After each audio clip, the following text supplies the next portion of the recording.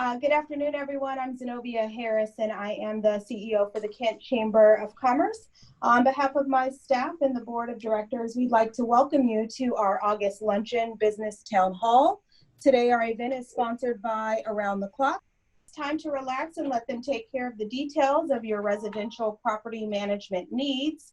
Around the Clock has been serving King and North Pierce County with community association management, single family, small multiplex rental leasing and management, as well as listing and selling real estate investment properties since June of 1990. From the beginning, the company was based on the belief that who better to run the company than those who work in it. As a result, after a period of time, personnel are awarded company stock and qualify to serve on its board of directors. For that reason, Around the Clock has a diverse, dynamic team of long-term professionals who are loyal, knowledgeable, and committed to maintaining best practices for its clients and gives the company stability. In 2001, Around the Clock earned the Certified Residential Management Company designation from the National Association of Residential Property Managers. Around the Clock and its managers are active members of the Community Association Institute, as well as members of the National Association of Residential Association Managers, the Better Business Bureau, and the Northwest Multiple Listing Service. Locally, Around the Clock are members of the Kent Chamber of Commerce, the Kent Downtown Partnership, Kent Rotary, and also donate annually to the Kent Food Bank. They love the opportunity to discuss their services with you and follow up on your referrals. For more information, you can check them out at www.aroundtheclockinc.com. Thank you again to Around the Clock for your sponsorship. In addition to our sponsors, we'd also like to thank our investors. And we'd also like to thank our media sponsor, South King Media, also known as I Love Kent. They provide updates and stories and breaking news on local community. So again, they are live streaming this event on Facebook. So thank you so much to them. Now, I'd like to turn it over to our moderator extraordinaire, Carmen Goers, who will introduce our speakers and conduct the remainder of our luncheon. Carmen? Hello, good afternoon, and welcome to everyone. So I am Carmen Goers, Vice President at Heritage Bank Commercial Lending, based out of the Kent branch. I am also the Kent Chamber Government Affairs Co-Chair, here to moderate the panel today. And so who we have is Derek Matheson, Chief Administrative Officer for the City of Kent. Derek joined the city in 2014 and oversees the day-to-day operations of the city. He serves as the mayor's direct report in overseeing 10 department managers and acts as the mayor's liaison to the Kent City Council. Mayor Dana Ralph, elected in 2017, so long ago, right? She was initially elected to the City Council in 2011, if I'm correct. She is currently president of the Sound Cities Association, representing 38 cities outside of Seattle, chair of the Valley Communications Board, I believe that's our 911 operations, and a member to several Puget Sound regional boards and commissions. When she's not being mayor, she is a friend to many of us in the community, and thank you for all that you do, Mayor Ralph. Representative Pat Sullivan was elected in 2004 to represent the 47th District. He is currently the majority leader of the House and serves on the House Appropriations Committee, correct? Did I miss any appointments for you? No, and there's other stuff, but that's yep. The key stuff. The part we care about here is your 47th district. Each panelist will have 15 minutes for opening comments, followed by a Q&A session. We've received several questions already. However, if you have questions, please utilize the chat bar below, and as time permits, we will work to go through the questions submitted. We'll begin with Mayor Ralph, followed by CAO Derek Matheson, and then concluding with Representative Sullivan. So welcome, Mayor Ralph. The floor is yours. Good afternoon. Thank you so much. I want to say thank you, Carmen, for moderating this afternoon, and thank you to the Kent Chamber for providing an opportunity for conversation. In these times where we're all socially distanced, it's just important to be able to see each other and have conversations around things that are sort of top of mind. And so Derek and I actually sort of split this conversation today, and I'm going to discuss some of the things that we're doing here at the City of Kent around the the conversation around race and equity. I know that that's something that's at top of mind for a lot of people right now. And Derek is going to address some COVID and some of the budget issues that go along with that. So hopefully between the two of us, we'll cover the biggest topics of the day. So I just want to start a little bit talking about things that the city as a whole are doing around race and equity. That's a fire truck. I'm sure you guys can all hear there in the background. The things that the city is doing, and then some details on also what's happening in the police department. I know we get a lot of questions about that. So I want to talk about our approach to this conversation of race and equity. It's something that's been important to the city of Kent for a very long time. We are a minority majority city, and we know that our goal is to serve all of our residents, and also to serve all of our employees and make sure that we are aware that we're culturally competent and learning and doing the right thing around this conversation all the time. It needs to be a part of our culture. So we have taken some time to put together a plan for steps in going forward, building on the foundations that we already have here at the city. And I just want to highlight some of those topics. We started out with some training. We worked with Erin Jones. Many of you know her. She's a very well-known trainer and speaker when it comes to the conversation of race and equity in not only the state of Washington, but across the country. We started out working with her and our leadership team last week. We had multiple hours of conversation with her, and just to sort of lay a foundation on conversations around systemic racism, how decisions that were made many years ago continue to impact our communities, and helping us get a better understanding of the complicated nature of questions around race and equity. I will tell you, I learned a ton. I was really pleased with how our leadership team opened up, asked difficult questions, made themselves vulnerable in the conversation so that we could better understand each other's experiences, and then use that as we help guide the city. So a similar training is going to be happening with all of our managers and supervisors. And then once that occurs, it'll be deployed out to all the rest of our employees. Excited to see how that conversation evolves. We also are going to be creating a procurement, a team that focuses on our procurement process. We want to make sure here with our buying power at the city that we're really focused on buying local, making sure that our contracting system is accessible to our small businesses, especially our businesses that are owned by our residents of color, so that we know that we're not building artificial barriers into that process. Part of it is work that we can do here at the city to make sure that it's a priority and that we use that equity lens in everything that we do. And then part of it will honestly be work at the state level, because there's a lot of rules that are required when we procure services and contracts around bidding and that kind of process. So we're going to have a team. We're in the process of building that charter now that will be looking into that and figuring out how we can make sure that we're focusing our purchasing power in the communities where it's most needed. Another initiative that we're undertaking is all of our department directors have been tasked with studying. Kent is the 10th most diverse city in America. So we want to know what are the other 9 cities doing around race and equity, wanting to know what sort of tools they're using to make sure that they're reaching out to all of the members of their community. And we'll be having a report back on in each department. So economic development's looking at their counterparts in economic development so that we can make sure we're implementing best practices from across the country. We have also started work on adding in a formal layer of equity in our budget, in our capital budget prioritization. So making sure that that's something that we're looking at as we spend our money. What areas of the city need the most investment? How are we making sure that it's equitable in how we're spending those capital dollars? Ongoing process.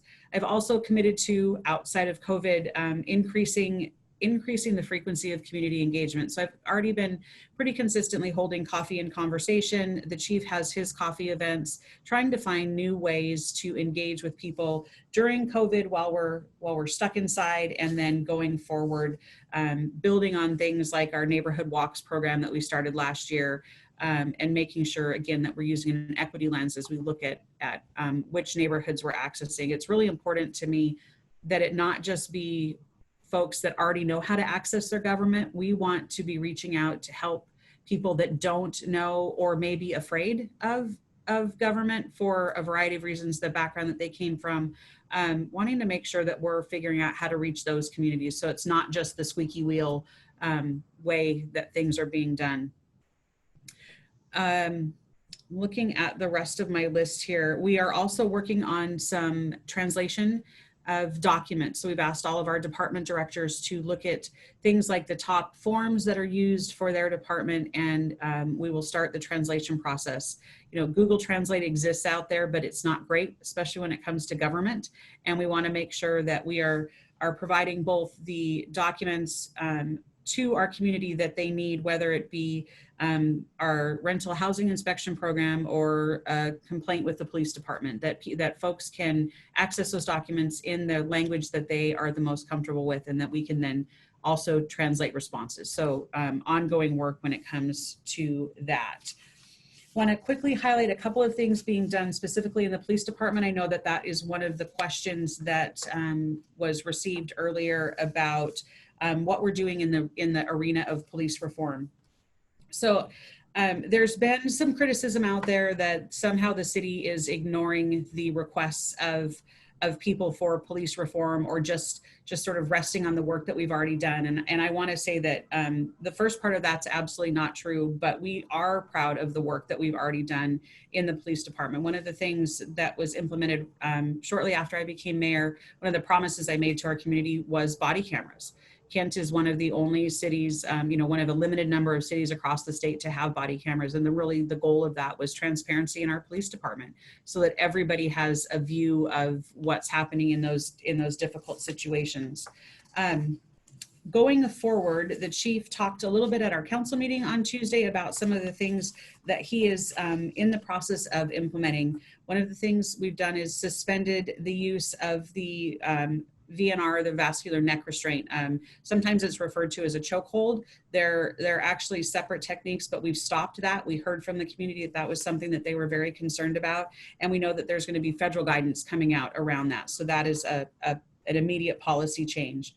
The chief is also, we're in the second or third draft right now of 2 new standalone policies regarding de-escalation in a situation, as well as duty to intervene. That's part of the things we've heard out of the 8 can't wait requests from the community, that we have those policies. So they're in draft form. He will actually be bringing those policies to our diversity task force this evening, having a conversation about that, and then working ongoing with our diversity task force on policy review. So making sure that the policies we have in the police department are meeting the expectation of our community.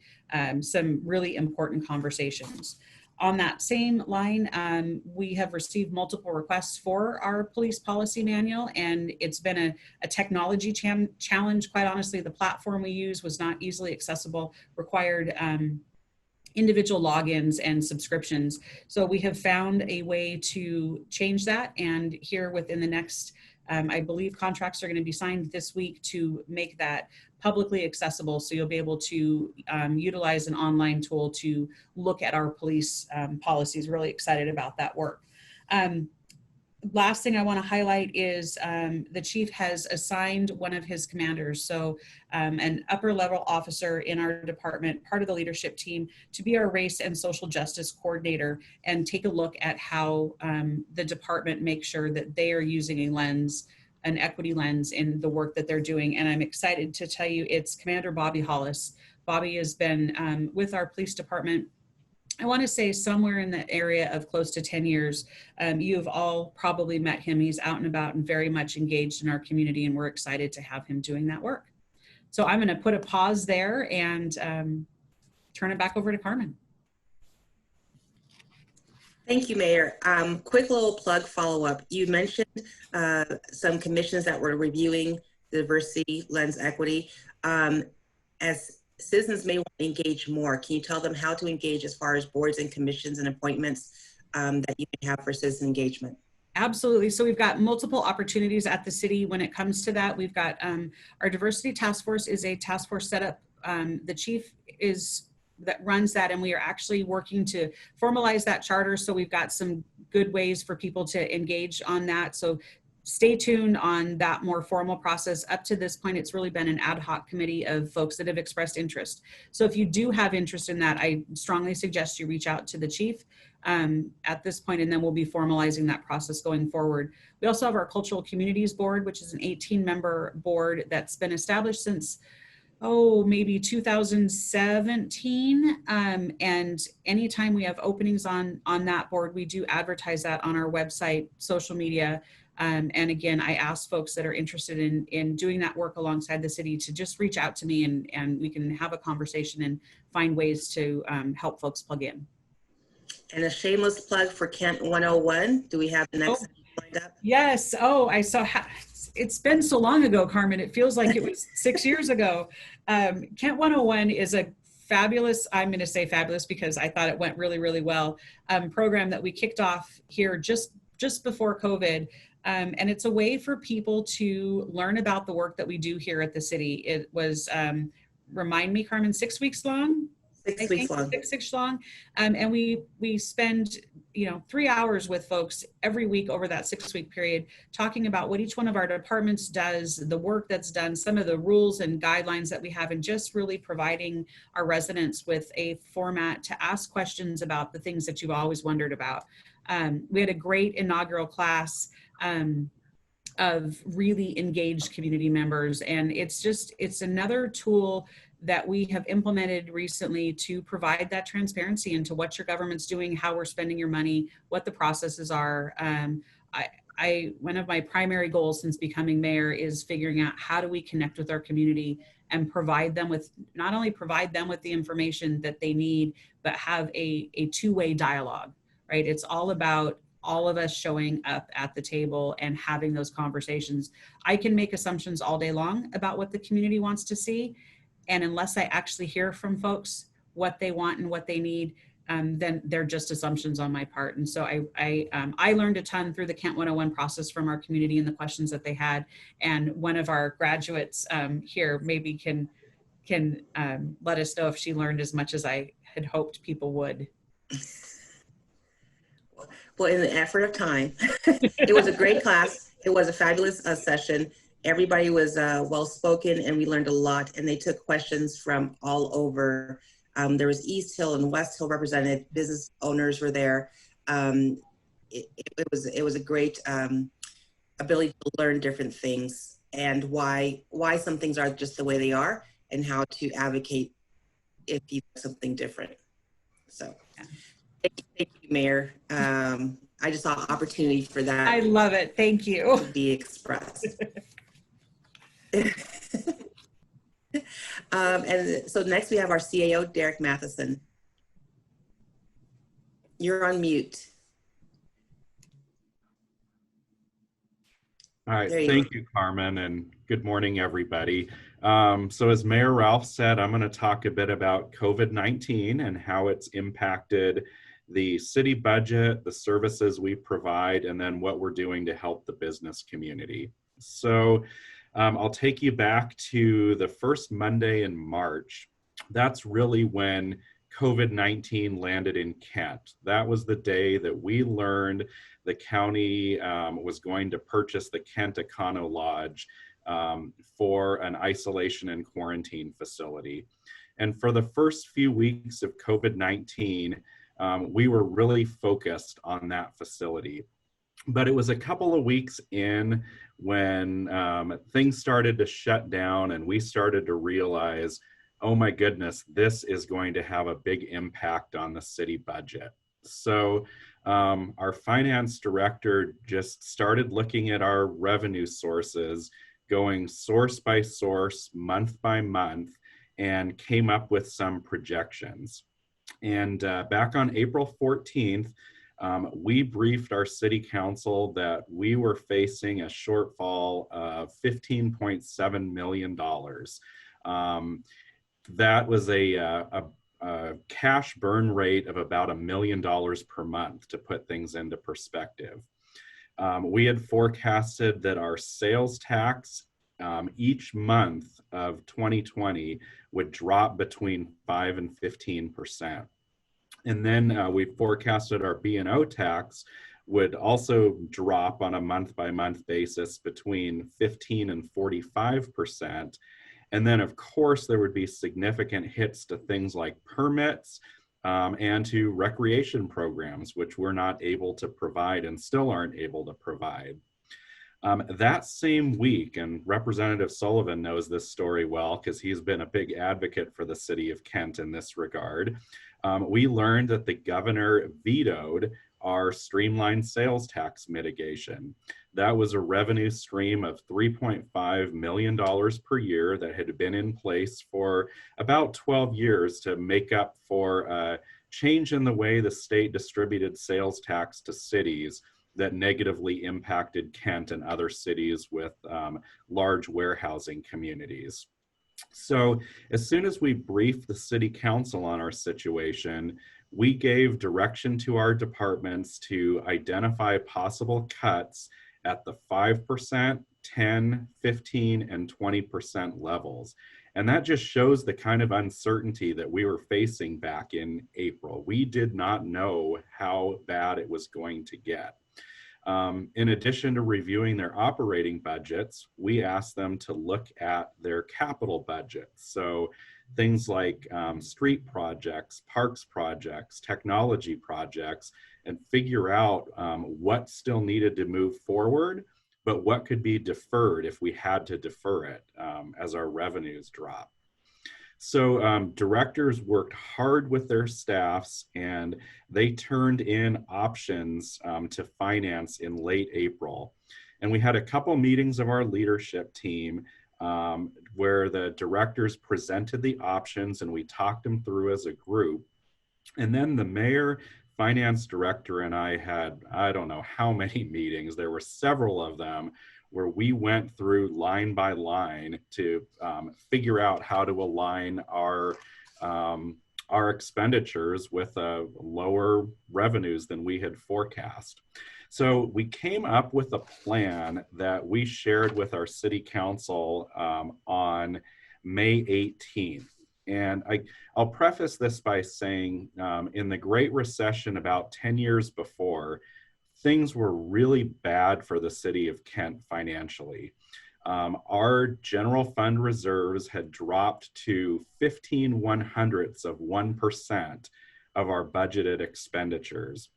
But thanks to some good policy direction by the mayor and city council and then good discipline by our departments, we had rebuilt our reserves to almost 30% of our general fund expenditures.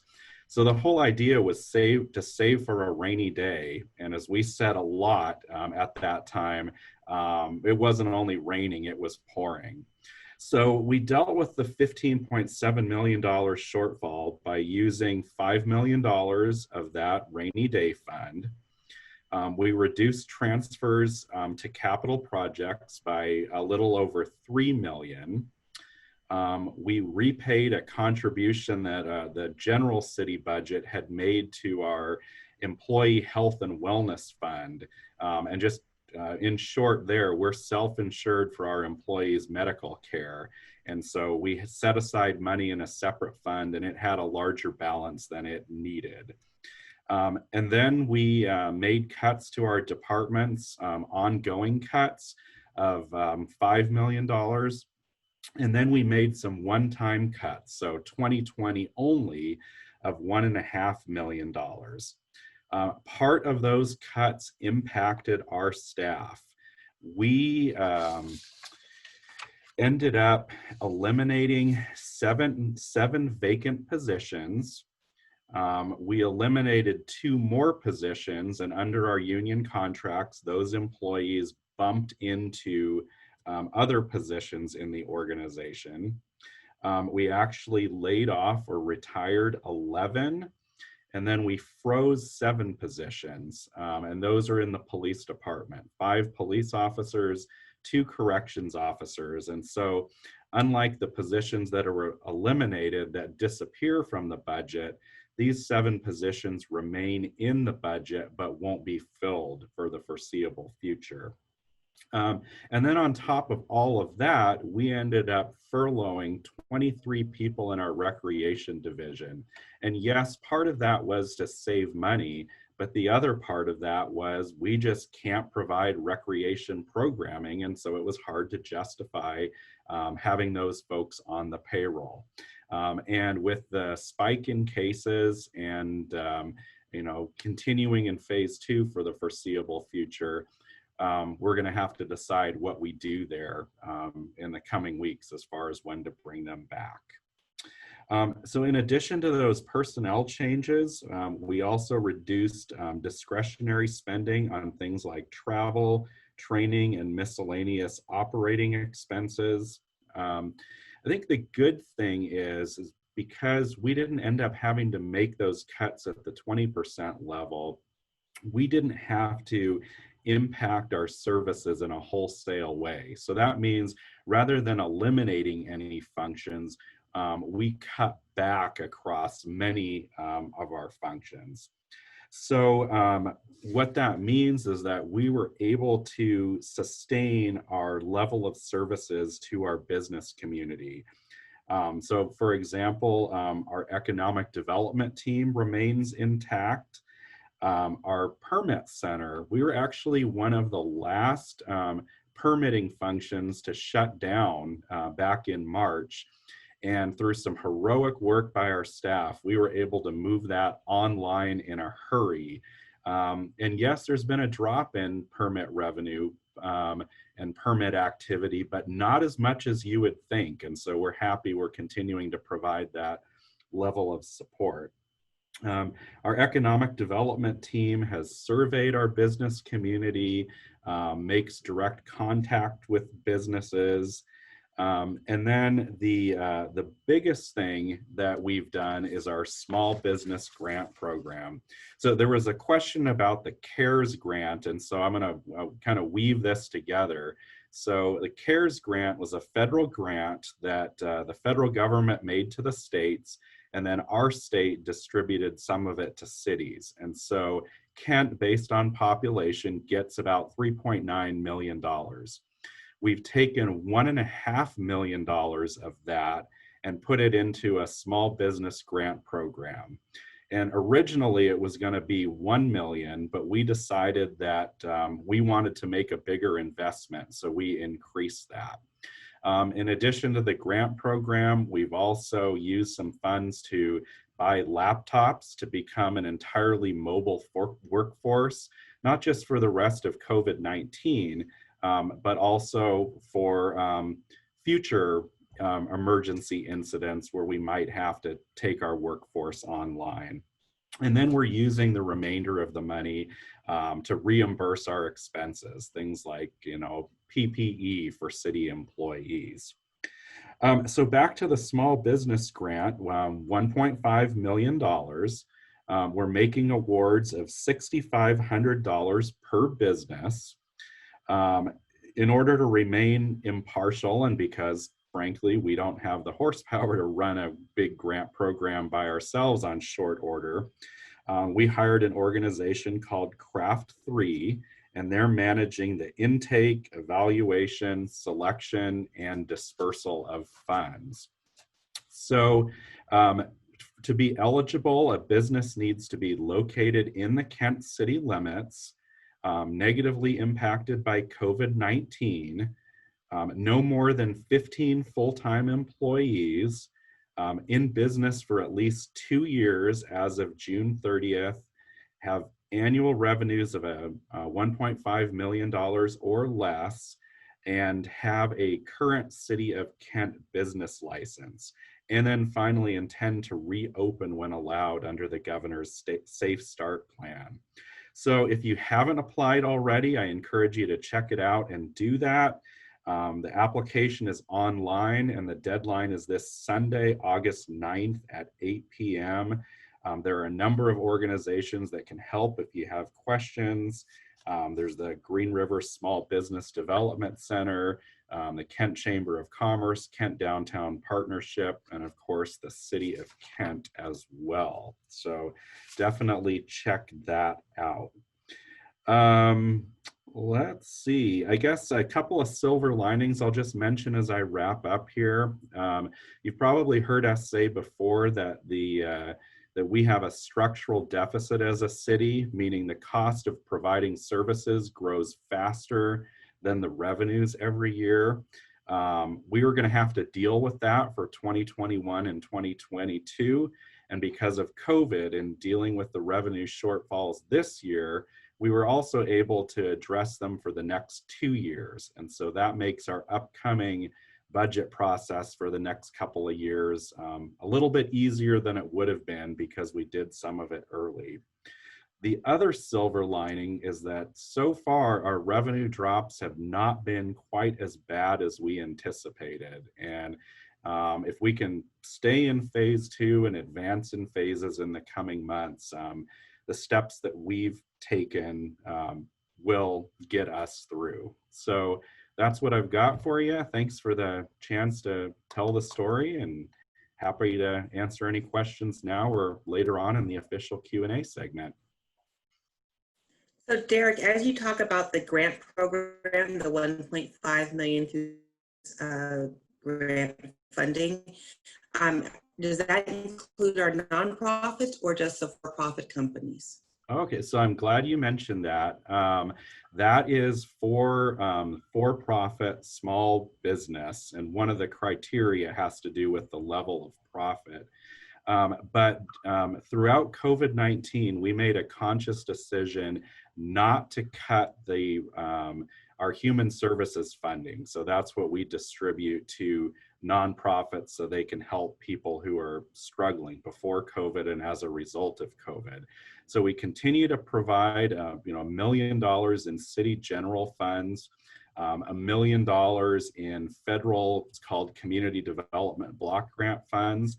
And then we've got close to another $1 million in federal community development block grant funds that are one-time only, specifically for COVID-19. And we just went through a special application process, and our Human Services Commission, with the help of an expert committee, just made some recommendations on how to distribute funds to our nonprofit community. So that's happening right now, and includes everything from like rent assistance and utility assistance to distribution of PPE. So, so our help to nonprofits and those who are struggling is a different pot than the CARES money, but still a super important investment for us to make.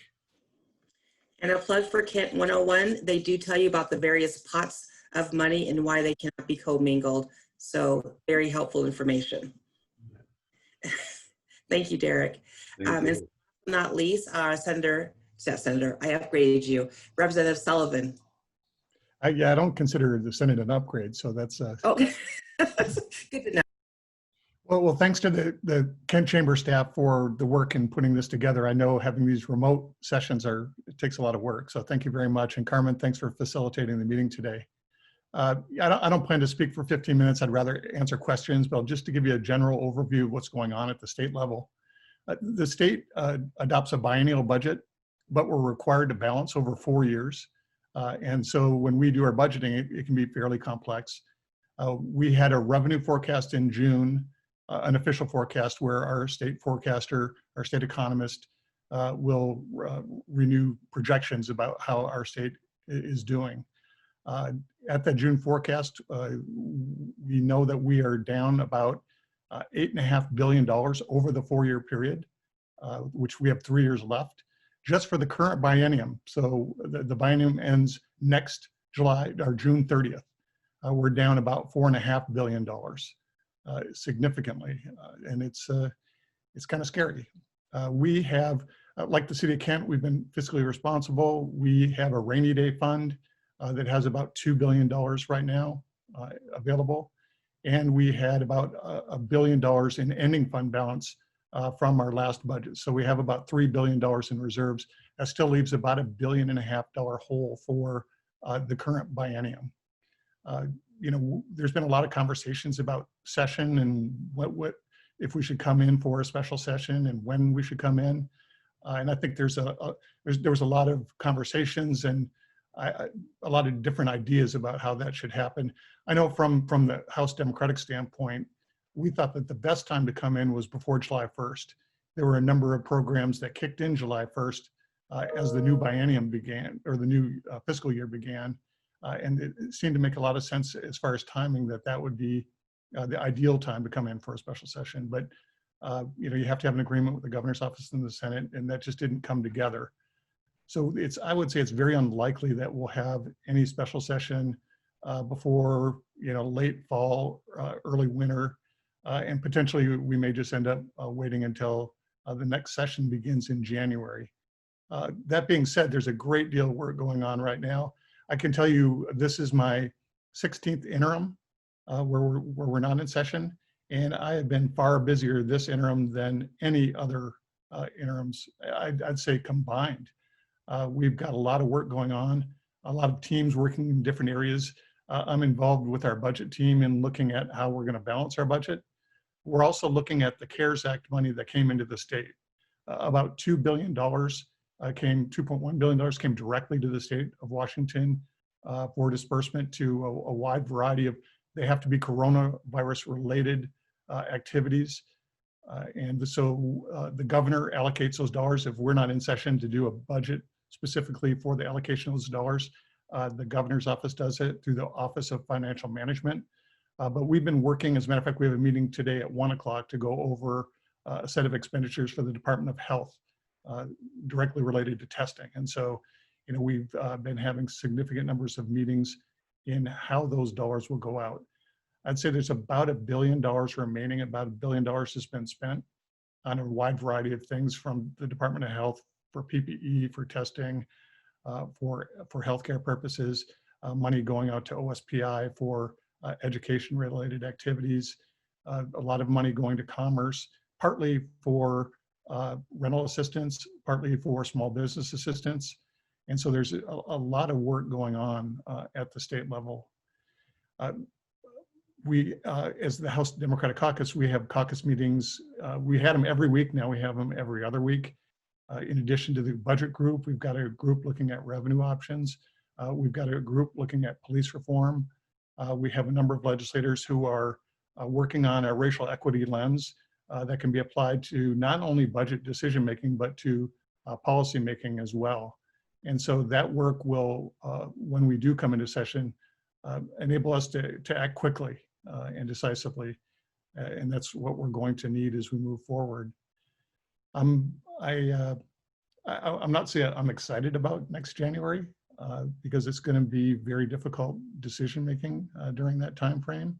I know there's a lot of concern from individuals who are unemployed right now and trying to get money from the department, Employment Security Department, and the delays there have been very frustrating. And we have been working very hard to try to correct that. From our individual office, if people are having problems accessing employment security, and we're hearing from a lot of them, but please contact our offices and we will do our best to try to assist in getting them through that line.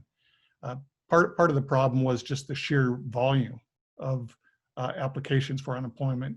And part of it was the scam that hit Washington especially hard, given the fact that we have a fairly robust employment security program here in the state of Washington. And so we were targeted first. Other states were hit as well, but we were hit first and fairly hard. And we've got that under control now, and things are doing better, but there's still much work to be done in that area. And hopefully, if there are people who are still struggling to get those benefits, please let us know, and we'll do our best to get that set up. With that, you know, I think I'll just stop there and rather answer questions that people might have. Well, thank you, Representative Sullivan. I have one of those young adults who's been waiting, so I did give her your name and number. So you'll see that coming through shortly, I'm sure. No, yeah, It's been 3 months. Yeah. So thank you. Actually, between the three of you, you answered the majority of questions that we had coming through. Representative Sullivan, one thing that I have heard of, there are concerns that the Unemployment Insurance Trust Fund is at the current level of depletion may run below a certain threshold that will automatically begin increased taxes on business. Can you speak to that concern? Sure. Actually, a number of states we had passed a law a number of years ago that would try to level off, because what was happening is we were giving rebates to businesses. Then when the trust fund had a lot of expenditures, it would be underwater. And so we passed a law that would try to balance that out over a period of time so you don't have these big fluxes. Unfortunately, though, no system could predict or deal with the sheer volume of requests that were made over the last several months. And so we expect that the the trust fund will probably have to take out a loan toward the end of the year to ensure that we can continue to provide the benefits. And so that there will likely be a future cost to business in order to replenish that fund. That the rates are automatically set depending upon how much money is in the trust fund. When we come into session, one of the things that we're going to be talking about is trying to phase that in a way that makes it easier for the business community. You know, we don't want to have a direct hit immediately on the businesses that are already struggling. That just doesn't make any sense. And so we want to work with you. We want to work with the Association of Washington Business at the state level to try to figure out a way to make it as painless as possible. But again, from Washington's perspective, there are states that have already actually delved into those loans and are in far worse shape than the state of Washington. The prep work that we did made it much better for the business community here in the state of Washington. And following up on that, you were in session during the recession back in 2007. Are there similarities to our options going forward in this next session that you saw that you can bring forward to that? Is it completely different? What are the tools that we have, tools and resources available to the city and the state as we move forward? Sure, and there are a number of differences. There are some similarities. I mean, just the sheer magnitude of the problem from the Great Recession and today, it's pretty similar. But there's a huge drop off. During the Great Recession, it was over a period of time. I mean, here during this pandemic, we just saw the economy just fall out immediately, and so the need is far greater, quicker during this pandemic than what it was during the Great Recession. I would also say, given the fact that we were a little better prepared with having a rainy day fund and ending fund balance, that will help offset some of that cost. And I will say that, and I'm sure that our Kent City officials would say the same thing, we are looking very eagerly at Congress right now. I know that I heard yesterday they were hoping to get an agreement on another disbursement. They'd hope to get a deal by Friday and vote on it next week. And I'm still hoping that they will do that, and that in that package will be some assistance for state and local governments. I know that the House passed proposal did provide a significant amount of relief for both cities and the state. And so we'll see what happens there. Without that assistance, it means that, again, it would be about $1.5 billion shortfall in the current biennium, which we can handle through a variety of options. Obviously, reducing spending is one of those. And we're looking at a number of revenue options as well. We obviously don't want to impact people who are already struggling, or the small business community that's really struggling. So, you got to walk a fine line there. And that's why we're doing a lot of outreach right now and trying to figure out the best solutions so that when we come into session, we can do it fairly quickly. But there are similarities, but there are a lot of differences as well. And so, should we be called back to special session? I say we, because collectively we go with you. It talks about social distancing within the Capitol and how you'll do your work. I've been to your office, and we've put 15, 20 people in your office. So are there thoughts about how we can engage with our legislatures as session returns? Yeah, and so, part of our challenge is not just on the, on the side of, having the solutions and having the bills ready to pass. Part of it is on technically how we come together as a legislature. Right now, Thurston County is not in in a phase which would allow us all to come together in a session. We'd have to do it remotely or at least through some hybrid model. And so we've been working on a number of models. Our legislative technology group has put together a platform that would allow us to have a remote session or have a hybrid session. Would also allow, we're just getting into the phase right now of testing our ability to have public testimony at committee hearings. In September, we have, each committee will have an opportunity to have a work session and a hearing, and some will allow for public testimony. Hopefully that, if our testing works very well, but we think that we'll get there. There's no way that we can actually go into a decision-making mode without the ability for the public and organizations to be able to testify and provide input on any proposals that we put together. That's a critical part of our democracy, and we're not going to operate in a vacuum and make decisions without that kind of input. We look forward to hearing how that's going to work itself forward. Some other questions regarding our city are contraction in some salaries, and are there any affordable housing opportunities coming to the city as we see development still going forward? I can address that a little bit. So one of the projects that we do have in the pipeline, not necessarily in the affordable housing realm, but in permanent supportive housing, is a project that Catholic Community Services is building up on our West Hill. And it's somewhere in the range of 80-ish units that will be permanent supportive housing for folks that are experiencing homelessness. And one of the things I'm really proud of is we were able to work with CCS, and there are about 10 of those units that will be set aside for folks that we know are homeless in Kent. So we'll be able to provide that supportive housing for them right out of the gate as part of that when that project opens.